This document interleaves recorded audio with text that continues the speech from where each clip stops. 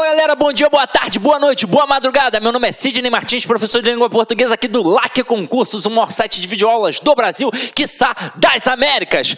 Meu companheiro, vamos parar de enrolação, vamos direto ao ponto. Nossa aula hoje é sobre conjunções coordenativas. E aí você vai lembrar que na primeira aula de classes gramaticais, ao falarmos de conjunções, eu disse que ela é a menina dos olhos da língua portuguesa. Afinal de contas, se você não sabe conjunção, você não é capaz de interpretar com tranquilidade e não é capaz de produzir um texto com tranquilidade. Porque como você vai indicar causa, consequência, finalidade, conclusão, oposição, se você não sabe conjunção? Então você tem de saber. E aí o que a gente trabalhou lá na primeira aula que eu já te pedi? Eu pedi para você fazer 2 quadrinhos de conjunções. Um com as conjunções coordenativas e um outro com as conjunções subordinativas adverbiais. 5 coordenativas, 9 subordinativas adverbiais, colocando em 2 folhinhas de cartolina e depois colando nas paredes da sala, do quarto, da cozinha, seja onde for, para você sempre ter o contato e gravar. É importante gravar. Hoje, se você já fez isso que eu pedi lá na primeira aula, você vai ver que essa aula aqui você vai tirar de letra. Agora, se você ainda não fez, talvez você ainda fique com algumas dúvidas aqui. Mas vamos parar de enrolação e vamos direto ao ponto. Primeira coisa, definir o que é conectivo. Aqui a gente definiu o conectivo como conjunções e preposições. Só que eu também posso pensar no verbo de ligação como conectivo. Afinal de contas, eu o chamo também de verbo relacional. Por quê? Porque ele faz uma relação, então ele é um conectivo, ele liga o sujeito ao seu predicativo, mas aqui a gente vai fixar em conjunção e preposição, até mesmo porque a gente aprendeu lá na primeira aula que a preposição serve para quê? Serve para ligar palavras, e a conjunção serve para ligar orações e palavras, só que não são quaisquer palavras como a preposição, são palavras de mesma função sintática. Então isso significa que a conjunção liga palavras de mesma função. E a preposição liga palavras de funções diferentes. Então quando eu digo aqui, ó, comi bolo de chocolate, olha o verbo, vamos fazer a análise. Quem come, come alguma coisa. Então, o verbo transitivo direto. O que eu comi? Bolo de chocolate. Isso é o objeto direto. Quem é o núcleo desse objeto direto? É o substantivo bolo. Então, aqui, ó, é o núcleo. Aí, então, aqui eu tenho um substantivo. Chocolate também é um substantivo. Só que aí, ó, reparem que aqui a gente tem o de. Bolo de chocolate. Então, este de chocolate, essa preposição, mas esse substantivo aqui, acaba sendo uma locução adjetiva. E que esta estrutura aqui, ligada ao núcleo desse objeto aqui, vai ser um termo que vai apenas acompanhar o nome. Na verdade, vai ser um termo que vai caracterizar esse nome, porque agora eu sei que tipo de bolo eu tenho. Não é um bolo qualquer, é um bolo de chocolate. Então, como esse termo acompanha esse nome, aqui eu tenho uma adjunto adnominal. Então, esta preposição está ligando este termo, que é o chocolate, que é o núcleo deste adjunto adnominal, ao núcleo do objeto direto. Então, são funções diferentes. Agora aqui, comi bolo e chocolate. Olha a diferença. Quando eu digo comi bolo de chocolate, eu só comi uma coisa. Eu comi um bolo, que por um acaso era de chocolate. Agora, quando eu disse comi bolo e chocolate, eu comi bolo e também comi chocolate. Então, eu tenho um verbo transitivo direto, beleza. Mas aqui agora eu tenho 2 núcleos de objetos diretos. E este e está ligando bolo à palavra chocolate. E agora, reparem, na hora que este liga bolo e chocolate, tanto bolo quanto chocolate, eles têm a função de núcleo do objeto direto. Então, é a mesma função, portanto, aqui eu chamo de conjunção. Em cima, o de é uma preposição. Agora aqui, ó, Maria e João casaram-se. Quem foi que casou? Maria e João. Tudo isso é o sujeito. Quem é o núcleo do sujeito? Maria e João. Opa, são núcleos do sujeito, mesma função. Então, esse e é uma conjunção. Não tem como confundir. Agora aqui, estudei e fui à praia. Galera, A confusão pode até existir quando o termo estiver ligando palavras. E aí você sabe que a preposição vai ligar palavras de funções diferentes e que a conjunção vai ligar palavras de mesma função. Mas quando eu digo estudei e fui à praia, este e está ligando a oração do verbo estudar à oração do verbo ir. Então, se está ligando duas orações, só pode ser uma conjunção. Até aí, tudo bem, não é? Agora vamos ampliar esse conteúdo. Vamos trabalhar as concepções de coordenação e de subordinação. Na escola, provavelmente, você aprendeu que a oração coordenada é aquela que faz sentido sozinha e que a oração subordinada é aquela que não faz sentido sozinha. Só que aí, você estudando um pouquinho mais, você já deve ter percebido que tem momentos em que aparecem orações coordenadas e que para você não faz o menor sentido. Aí, caramba, você fica completamente perdido. Vamos estudar isso agora de forma bem racional. Primeiro, vamos definir as estruturas, como é que elas funcionam. Vamos lá, quando eu tenho um período simples, como é que eu represento esse período simples? Eu represento através da seguinte árvore linguística, que é o sistema SVC, que é o sujeito, o verbo e o complemento. Então, eu mostro que o período simples tem apenas um verbo, apenas uma oração. Tanto é que eu posso chamar essa oração de oração absoluta. Até aí, tudo bem? Beleza, tranquilo. Agora, eu também tenho um período composto. Eu vou apagar aqui para a gente poder trabalhar o período composto com mais calma. Afinal de contas, eu não tenho um quadro enorme numa sala presencial. É uma TV, né? Então, vamos lá. Quando eu pego o período composto, esse período composto, ele tem dois ou mais verbos. Então, eu vou dividir em período composto por coordenação e em período composto por subordinação. Vamos lá. Vamos começar a ampliar o conceito que a gente aprendeu na escola sobre coordenação e subordinação. O que são termos coordenados? São termos que estão assim, ó, um do lado do outro. Eles são equiparados, ou seja, eles são idênticos sintaticamente. Isso significa que eles são independentes. Um não vai exercer função sintática em relação ao outro. Tanto é que eu represento assim, ó, SVC barra SVC.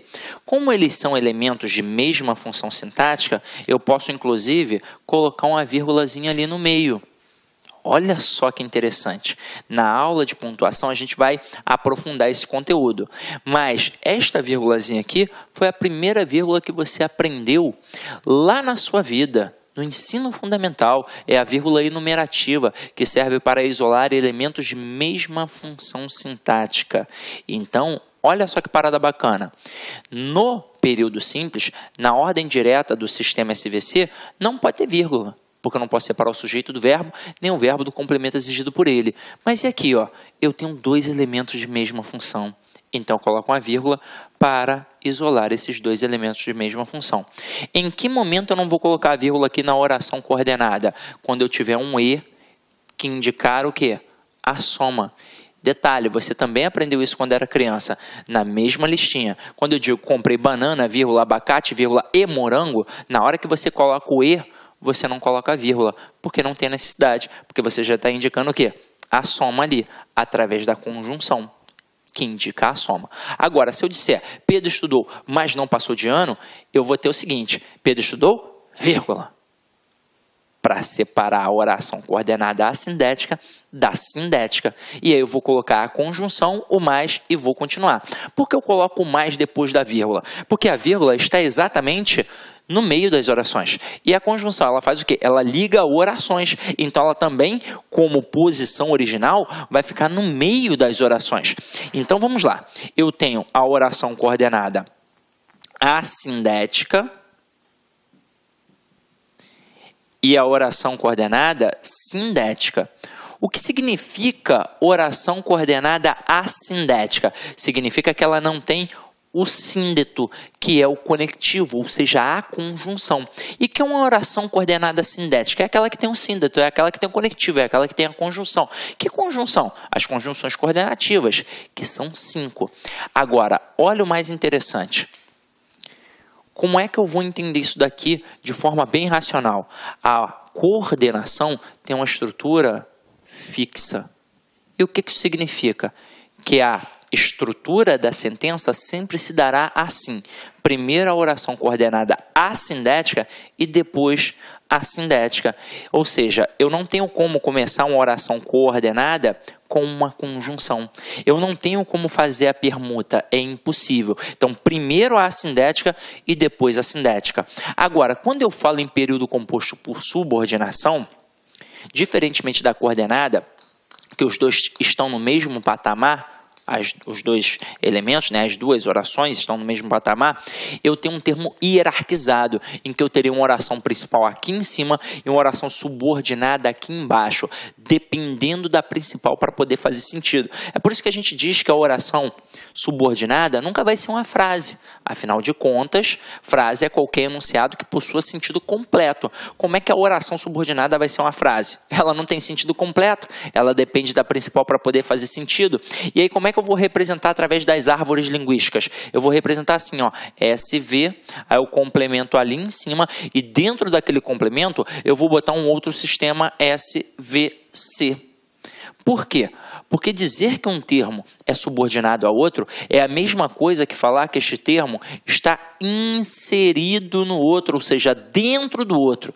Então, a oração subordinada, ela está dentro da oração principal. É por isso que ela não tem sentido sozinha. Ela depende da principal para poder fazer sentido. Agora, quais são os tipos de orações subordinadas que nós temos? Nós temos 3. Nós temos a oração subordinada substantiva, nós temos a oração subordinada adjetiva e nós temos a oração subordinada adverbial. Opa! Como é que a gente identifica cada uma? A gente identifica através do elemento que encabeça a oração subordinada. Que tipo de elemento, que tipo de classe gramatical vai encabeçar a oração subordinada substantiva? É uma conjunção integrante, que pode ser o que ou se.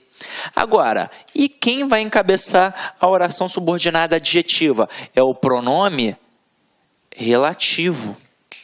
Que, qual, quem, onde, cujo. É assim. Agora, e quem vai encabeçar a oração subordinada adverbial? Uma conjunção subordinativa adverbial. Opa! Aqui eu falei de conjunção coordenativa. Chegou um outro momento de também falar de conjunção. Só que agora é a subordinativa adverbial, que são 9. Aí agora a gente vai entender por que na época da escola você teve tanta dificuldade com isso e aprendeu meio assim, né, meia boca. Por quê? Porque o seu professor provavelmente seguiu a sequência tradicional das gramáticas. Elas fazem o seguinte: primeiro falam das orações coordenadas, depois das substantivas, depois das adjetivas e só no final ele vai falar da subordinada adverbial. E caramba! Aí você já esqueceu tudo que falou na coordenada. Porque, na verdade, a adverbial tem de ser estudada junto com a coordenada. Porque para você aprender realmente as duas, basta você gravar as conjunções. Se você gravou, se você fez aquilo que eu pedi lá no primeiro dia de aula, você já não vai ter dificuldade com isso. Então, a conjunção vai permitir, com tranquilidade, que você seja capaz de classificar a oração, tanto a coordenada quanto a subordinada, já que você gravou a conjunção. É claro que tem algumas que vão depender de outros conceitos, a gente vai ter que dar uma avaliada, mas como regra básica, meio que 90% a 95% de todas as conjunções, elas têm um valor fixo, então não tem por que ter medo dessa estrutura. Aí depois que eu estudo essas duas, aí sim eu vou cair para dentro da substantiva e da adjetiva. A gente tem uma aula só sobre isso, para a gente poder aprender a trabalhar os macetes das orações subordinadas. E aí você vai perceber que quem vai te confundir em relação à substantiva e à adjetiva é o famoso que. Mas aí... Olá, meus amigos, minhas amigas, sou o professor Luiz Antônio de Carvalho, estou aqui para fazer um grande convite para vocês que acabaram de assistir aí um pedaço de uma aula demonstrativa do Lá Concursos. Nós do Lá Concursos preparamos aí um super projeto pedagógico, super competitivo, para a Prefeitura de Extrema 2017-2018. Um curso específico, focado, que eu tenho certeza absoluta, com esses professores, com a sua força de vontade e com a ajudinha do Lá Concursos, você vai ficar competitivo para a prova da Prefeitura de Extrema. Gente, atenção, nosso curso, ele custa apenas 10 parcelas de R$ 25. Nós temos muito mais aulas do que essas aulas demonstrativas que nós disponibilizamos no YouTube. Temos o nosso projeto pedagógico, que é o Personal Coach. Personal significa pessoal e coach significa treinador. Se você cumprir as nossas metas de estudos, tenho certeza que você vai ficar super competitivo. Tá bom, meus amigos, amigas? Espero você... já esquecendo.